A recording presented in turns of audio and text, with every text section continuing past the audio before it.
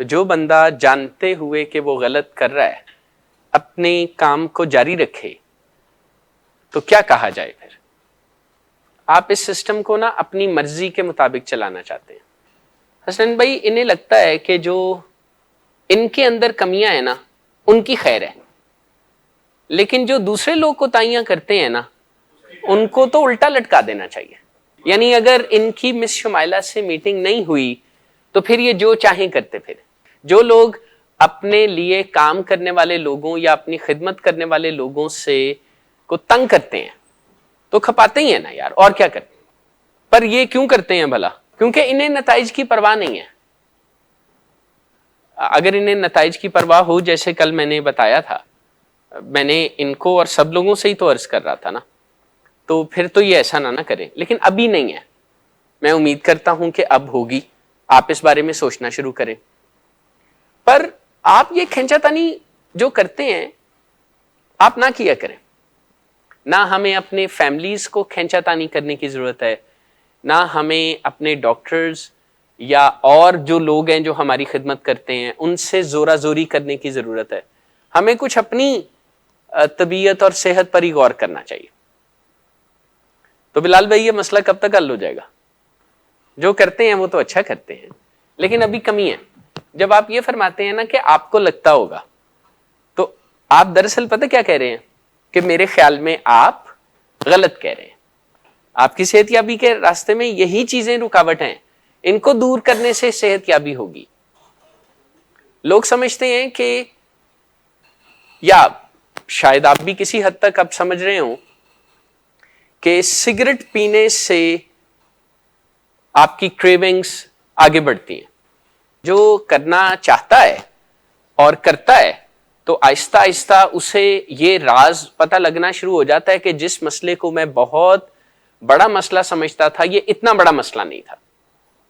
मसला था पर कुछ ना कुछ मेरे जहन की या दिमाग की इख्तरा भी थी, कुछ ना कुछ मेरे दिमाग का सोचने का अंदाज भी था, और मैं इतना मजबूर नहीं हूं जितना मुझे माजी में लगता था।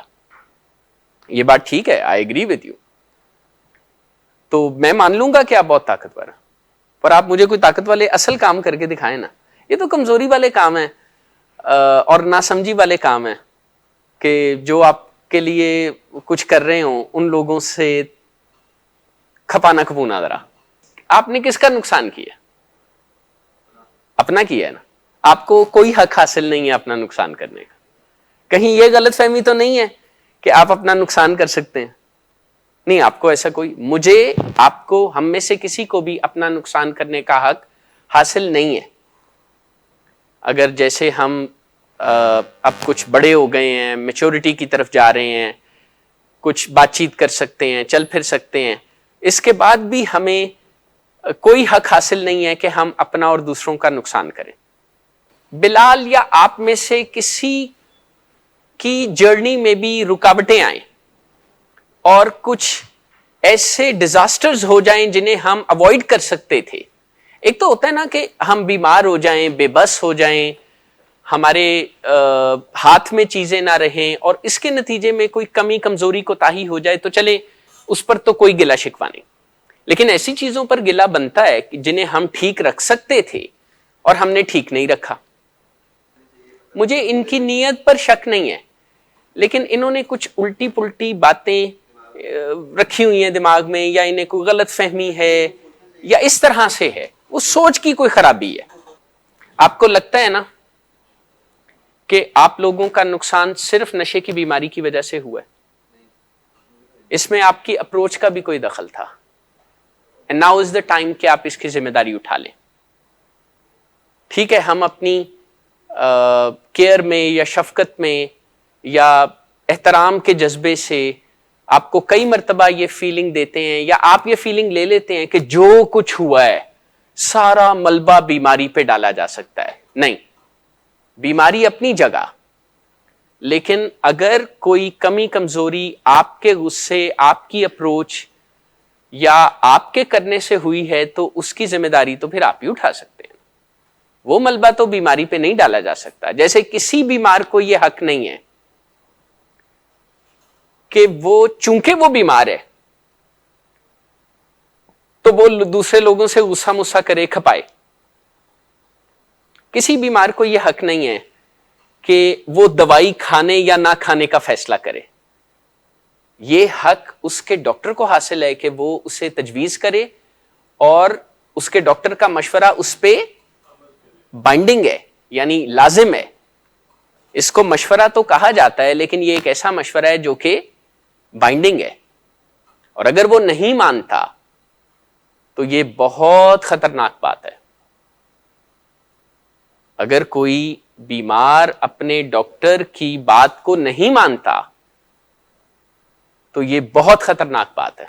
इसका मतलब बीमारी भी है और साथ ही साथ नासमझी या समझ की खराबी भी है। इसमें जो आपको लगता है ना कि दूसरे लोग या आपके हालात का कुछ लेना देना है, तो ऐसा नहीं है। अगर इस चीज को बुनियाद बना लिया जाए तो हम तो बहुत सी कोताहियां करने के लिए हमें लाइसेंस मिल जाएगा। हमें लगने लगेगा कि चूंकि हमारी जिंदगी में ये कमी है, ये कमी है, ये कमी है, या ये हादसा है, या ये दुख तकलीफ परेशानी है, तो हम अब अपनी मनमानी कर सकते हैं। तो ऐसा नहीं है। रिकवरिंग एडिक्ट्स जब बदकिस्मती से दोबारा नशा करते हैं ना, तो जिस वक्त वो नशा करते हैं उस पहली दफा से पहले वो कई दफा अपने दिमाग में नशे के साथ लाडियां कर रहे होते हैं और अपने आप को रोकने की कोशिश भी कर रहे होते हैं। लेकिन अगर वो 100 में से 99 दफा रोक भी लें अपने आप को और 100वीं दफा गिर भी जाएं, तो इतना भी काफी होता है। उनकी बीमारी का जिन फिर बोतल से बाहर आ जाता है। नशे की बीमारी का एक बहुत बड़ा चैलेंज ये है कि आपको ट्रैक पे रहना है। आप थोड़ा सा भी डिविएट करेंगे तो फंस जाएंगे। फिजिकल रिलैप्स या एक्चुअल केमिकल को इस्तेमाल करने से पहले 2 स्टेजेस होती हैं और उन स्टेजेस को भी रिलैप्स ही कहा जाता है। आपको कुछ देर बैठ के सोचना चाहिए और अपने खुदा से मदद मांगनी चाहिए कि या अल्लाह मेरा दिल बदल दे, या अल्लाह मेरे अंदर ये जो आवाजें हैं आइस के हिट की या किक की या जो भी जैसे भी आपने अल्फाज यूज किए, या अल्लाह मुझे इस मुसीबत से मेरी जान छुड़ा। लेकिन कहीं ऐसा तो नहीं कि आप समझते हैं कि खैर है कि बड़ी गल है। उस्मान, प्रॉब्लम ये नहीं है कि आप बीमार हैं, प्रॉब्लम ये है कि आप अपना वजन किस पलड़े में डालते हैं।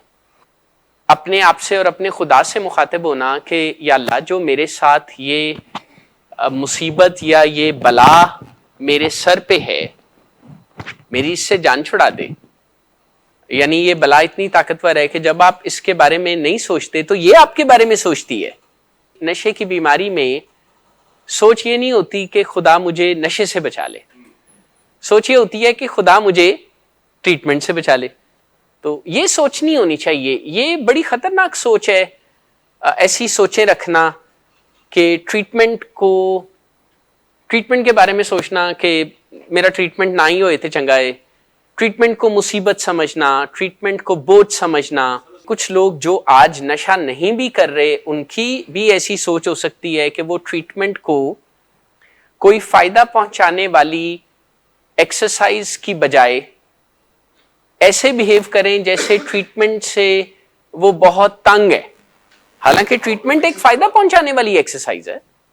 ट्रीटमेंट के नतीजे में फायदा होता है आप लोगों को या किसी भी पेशेंट को फॉर दैट मैटर। लेकिन आप बहुत सारे लोगों को ऐसा बात करते हुए सुनेंगे कि ट्रीटमेंट में वो अंडरस्टैंड नहीं करते, वो समझते हैं कि ट्रीटमेंट क्या मुसीबत है।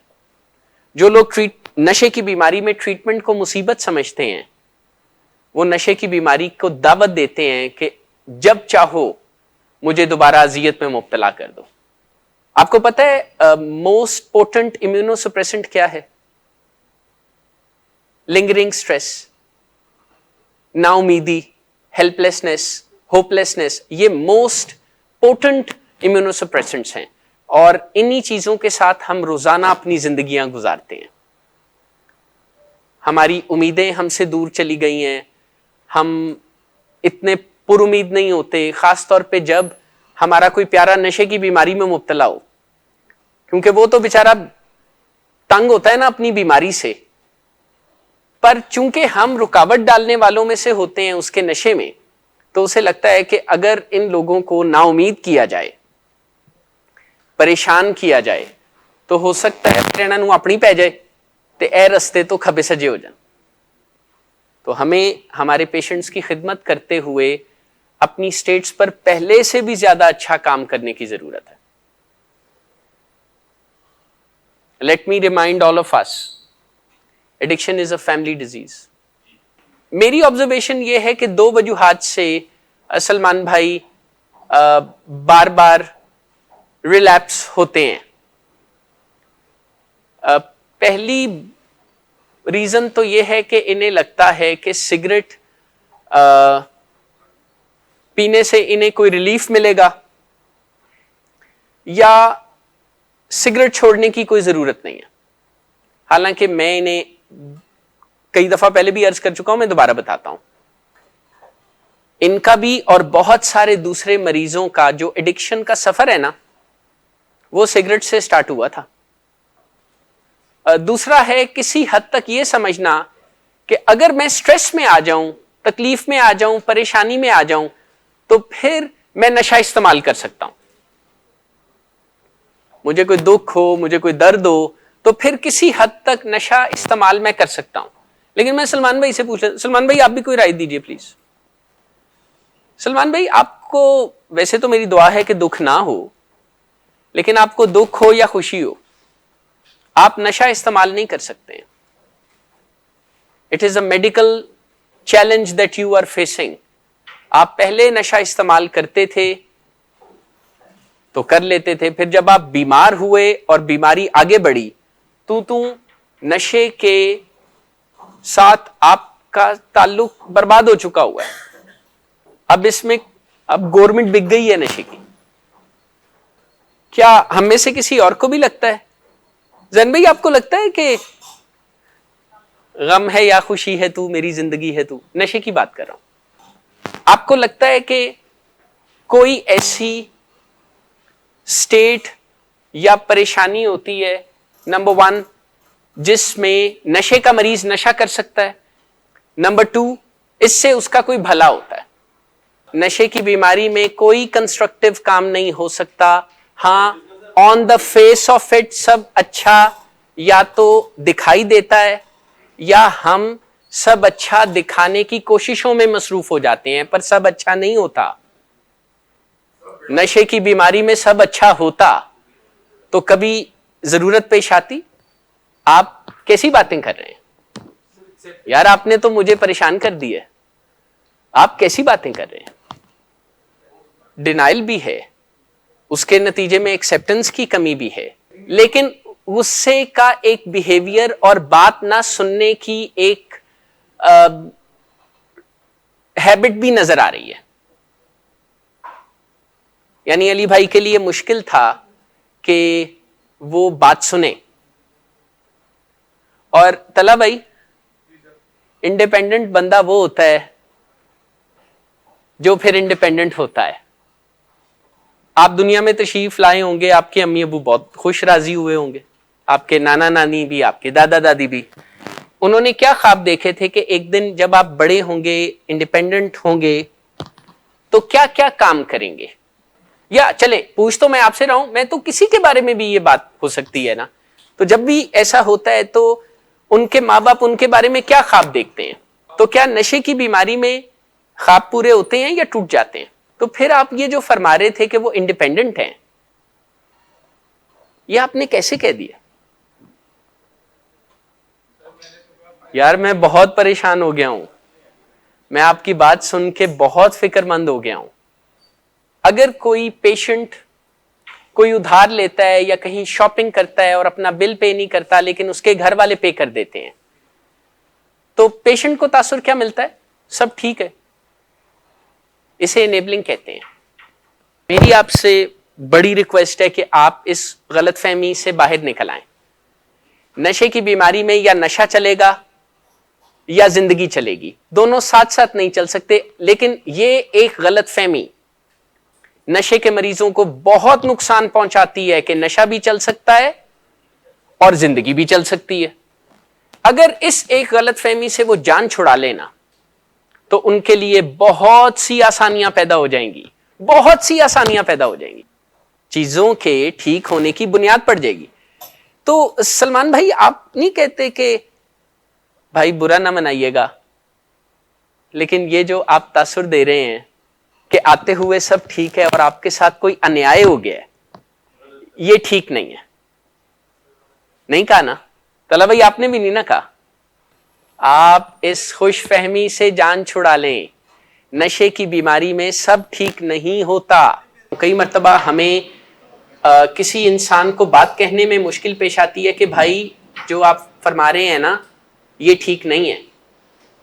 और अस्पतालों में होके ऐसी बातें करना बिल्कुल वैसे है जैसे हम दिल के अस्पताल में किसी मरीज से बात कर रहे हों और वो हमें बता दें या कायल कर लें कि इस हार्ट अटैक से पहले वो 100 मीटर के चैंपियन थे।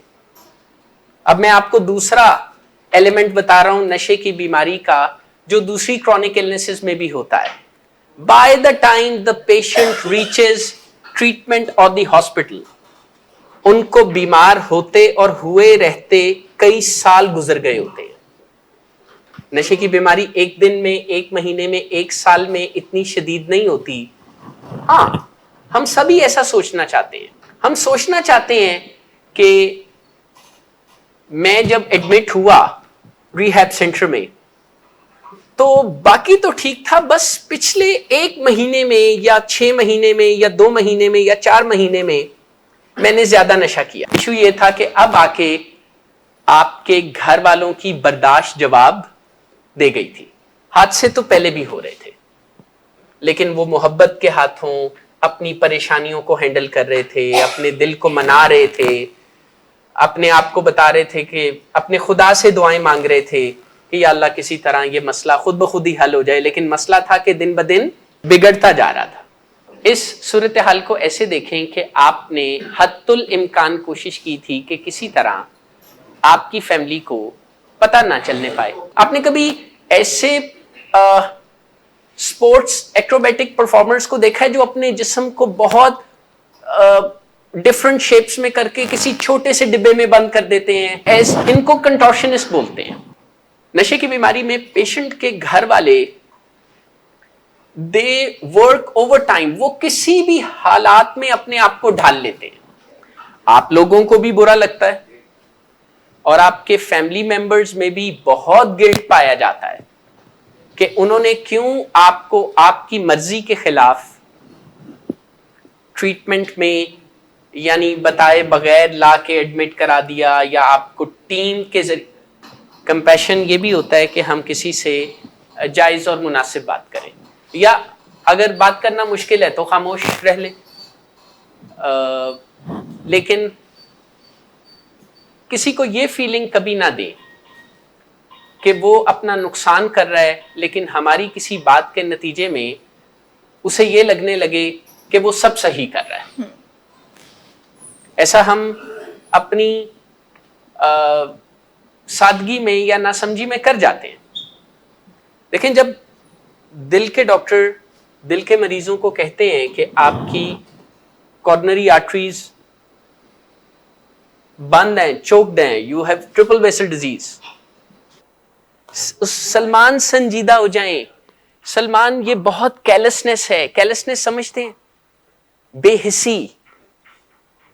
आपका एहसास कहां है? आप इस वक्त कहां तशरीफ, मुझे बता दीजिए दुनिया में कौन से डॉक्टर का क्लिनिक या हॉस्पिटल में होता है जहां पर पेशेंट मैं वॉशरूम चला जाऊं की रट लगाते हैं। प्लीज प्लीज ऐसे ना करें, इतने बेहिस ना हो।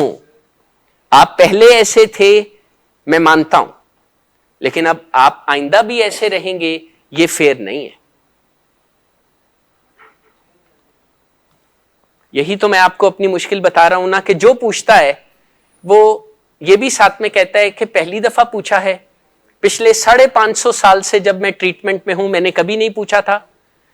और नंबर 2, मैं आज कर दें आइंदा नहीं करूंगा। हरकतें भी इंसानों वाली होनी चाहिए ना। अगर हम इंसान हैं और हम एक बात पूछते हैं और हमें कहा जाता है कि यार ऐसा ना कीजिए, आप एक ट्रीटमेंट में हैं, ये प्लीज हंसी मजाक की जगह नहीं है।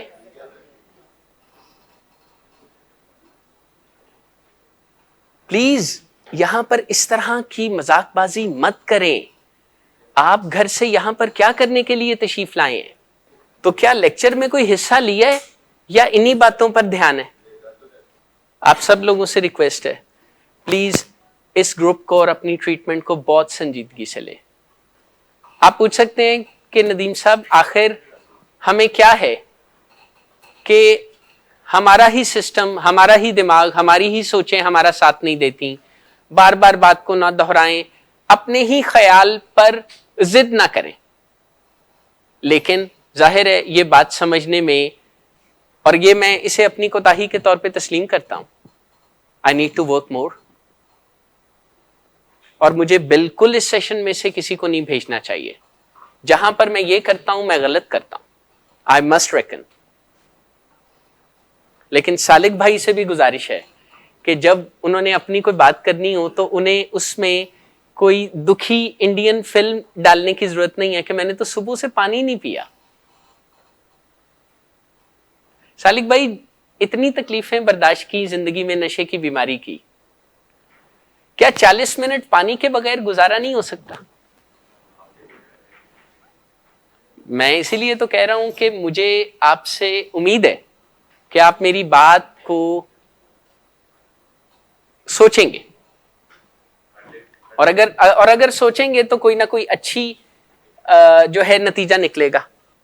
किसी भी माइक्रोब या पैथोजेंस को जब ग्रो करना होता है ना, तो उनको कोई खास एनवायरनमेंट दी जाती है या कोई ऐसा सॉल्यूशन दिया जाता है जिसके अंदर वो तेजी से ग्रो करते हैं। इसे बोलते हैं कल्चर मीडियम। तो इन रवैयों से जान छुड़ा लें, और इसके लिए कल का इंतजार ना करें।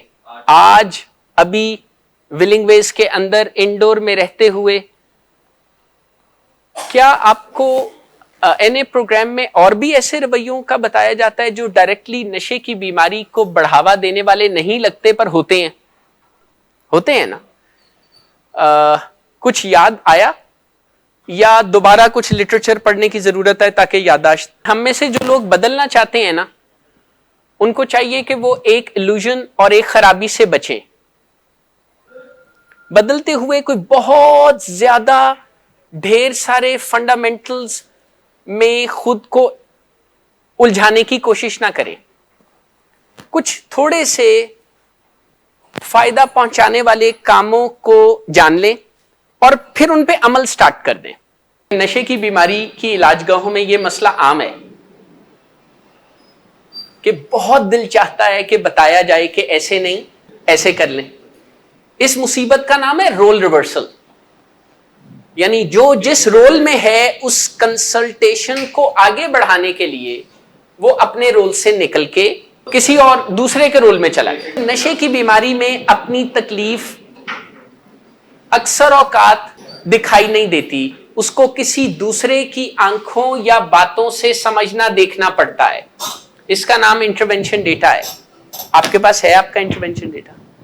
नशे की बीमारी और नशे का पेशेंट इन खराबियों में भी होता है कि वो तसल्ली देना चाहता है, वो केयर करता है, उसे परवाह होती है, फिर वो तसल्लियां देता है, फिर वो अच्छी हाँ ये तसल्ली देना है, लेकिन ये आधा काम है। फिर अमली तौर पे करना भी पड़ेगा। खाली तसल्ली देने से नशे की बीमारी जान नहीं छोड़ती।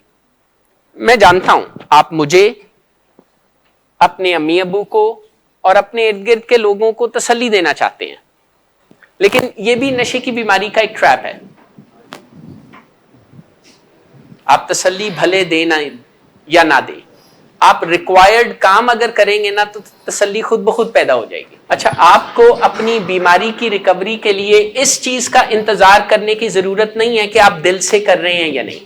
अगर आपने रिक्वायर्ड काम कर दिया तो आपको फायदा होगा।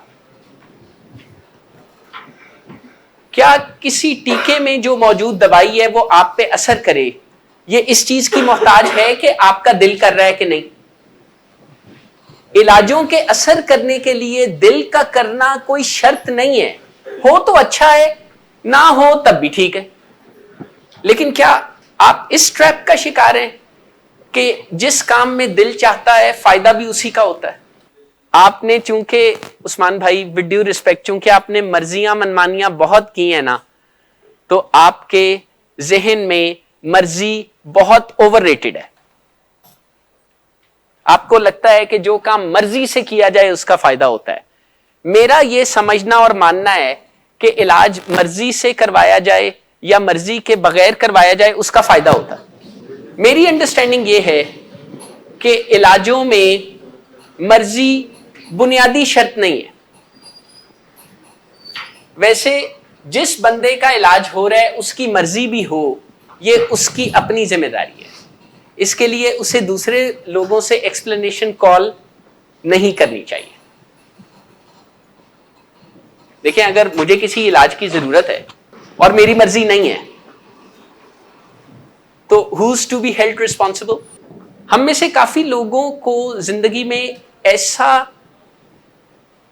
बड़े होने, जवान होने का मौका मिलता है कि हमें यह आदत पड़ जाती है कि जिस काम की मर्जी हो वो करो और जिस काम की मर्जी ना हो उसे छोड़ दो। इसके नतीजे में हमारी पढ़ाइयां बर्बाद होती हैं, हमारे रिलेशनशिप बर्बाद होते हैं, हमारे दूसरे फराइज बर्बाद होते हैं। लेकिन हम में से कुछ ऐसे खुशकिस्मत भी हैं जिनको यह सीखने का मौका मिलता है कि मर्जी हो या ना हो, जो अहम काम है वो करने हैं। सेकेंडली, जो ग्राउंड रियलिटी या एम्पिरिकल डेटा है ना, वो इस चीज को टाइम एंड अगेन प्रूव करता है कि नशे की बीमारी में जिन लोगों का इलाज उनकी मर्जी के बगैर हुआ, उन्होंने भले कुछ मुश्किल के बाद रिकवरी का चेहरा देखा, लेकिन वो लॉन्ग टर्म सेहतयाबी की तरफ गए। और जिनकी मर्जियों का इंतजार किया जाता रहा, मर्जी कदी नहीं आई। पर कहानियां बड़ी मशहूर हैं कि उन्हें अपनी मर्जी ना छड़िया, फिर वो 100 मीटर दी रेस का चैंपियन बन गया। नहीं, नॉट एट ऑल। मर्जी बीमारियों के इलाज में ओवररेटेड है। इलाज एक जरूरी काम है। इलाज मुझ पर और आप पर फर्ज है जब हम बीमार होते हैं। फर्ज कामों में मर्जी नहीं चलती। मर्जी वहां चलती है जहां चलती है, हर जगह मर्जी नहीं चलती। अच्छा, अगर आपकी मर्जी नहीं होगी तो आप ट्रैफिक सिग्नल की वायलेशन करेंगे, और जब आपको कहा जाएगा भाईजान आपने क्यों की है, तो आप कहेंगे मेरी मर्जी नहीं सी। ते जे मर्जी नाल ट्रैफिक सिग्नल नू मनीए ते बड़ा चंगा होता है, आप ये दलील देंगे। यार इशू ये है कि नशे की बीमारी में जो ही ये पता लगता है ना कि मैं मर्जी का खेल खेल सकता हूं, मर्जी का खेल खेल सकता हूं, तो फिर वो जेंटलमैन कहता है कि अच्छा चलो कुछ दिन, कुछ हफ्ते, कुछ महीने मर्जी का चक्कर दिया जा सकता है, तो मर्जी का चक्कर देते हैं। मर्जी का चक्कर समझते हैं। यार जो बंदा इतना सिंपल डिसीजन सही नहीं ना कर सकता कि ड्रग्स करनी है कि नहीं करनी, चलिए पहले का शिकवा नहीं करते, लेकिन जब मेडिकल चैलेंज पैदा हो जाता है, एक मेडिकल इलनेस का सामना होता है, एक मेटाबॉलिक डिसऑर्डर हो जाता है, ड्रग एडिक्शन हो जाती है, फिर भी बंदा कहे कि मेरी मर्जी नहीं, तो क्या कहें ऐसे जेंटलमैन के बारे में? यह सोचने का मुकाम है कि किसी बंदे को एक काम करना चाहिए था, ना उसने पहले किया, ना दरमियान में किया, ना बाद में किया। अगर कोई बंदा ये कहता है कि उसकी मर्जी के मुताबिक चला जाए, तो उसे भी चाहिए कि वो अपनी मर्जी के वैलिड होने के बारे में जिम्मेदारी उठाए। मर्जी ये थोड़ी होती है कि बंदा जो चाहे करे। मर्जी ये होती है कि अगर अल्लाह ने मर्जी का इख्तियार दिया है तो इसे रिस्पॉन्सिबली इस्तेमाल किया जाए। Addiction is not a choice, it is a very profound illness, जिसमें किसी इंसान को जब उसकी बीमारी जोर मारती है तो अपना इंटरेस्ट का ख्याल नहीं रहता। ये मुसीबत है। ऐसे तमाम लोगों से मैं गुजारिश करूंगा कि वो मर्जी के बारे में सोचना उस वक्त तक तर्क कर दें जब तक उनके हालात अच्छे और बहुत अच्छे ना हो जाए। नशे की बीमारी में बेहतर जिंदगी की चाहत पेशेंट के अंदर होती है, लेकिन जो उसके बिहेवियर्स होते हैं ना, वो उसे बेहतर जिंदगी की तरफ कतन नहीं जाने देते। I wish I could use a better word than forceful, लेकिन ये करना पड़ता है तो फैमिली मेंबर्स करते हैं। अगर इसके अलावा कोई और चारा भी होना तो वो बहुत वैसा करने के लिए तैयार होंगे। वो तो बड़े बेबस होते हैं, वो तो चाहत रखते हैं कि, और अपनी इसी चाहत को और मजबूरी की वजह से वो काफी अरसा किसी सफरिंग पेशेंट की बहुत सी बातों के साथ गुजारा और समझौता भी करते हैं। वो बातें मानते हैं इस आस पे कि शायद ऐसा करने से बेहतर हो जाए। वो मनमानियां करने देते हैं पेशेंट को। उन्हें पता ही नहीं होता कि उनके ऐसा करने से मरीज की बीमारी बढ़ती चली जा रही है। वो तो इस आस में करते हैं कि ऐसा करने से शायद इनकी सेहत, तबीयत और जिंदगी बेहतर हो जाए। वो बड़े जतन करते हैं।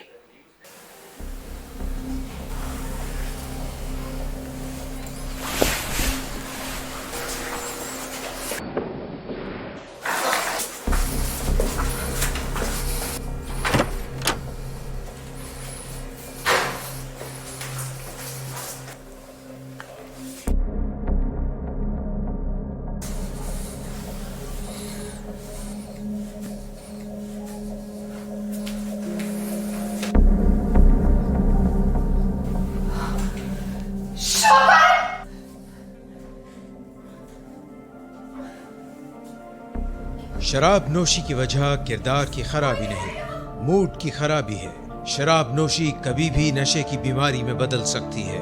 नशे की बीमारी हर स्टेज पर काबिले इलाज है। मदद हासिल कीजिए, क्योंकि वो ऐसा नहीं करेगा। विलिंग वेज से मदद हासिल कीजिए, कहीं से भी मदद हासिल कीजिए, लेकिन फौरी मदद हासिल कीजिए। जिस मुआवजे के इंतजार में आपने बहुत देर कर दी, अब वो दस्तक दे रहा है। मदद हासिल कीजिए, मदद हासिल कीजिए, मदद हासिल कीजिए।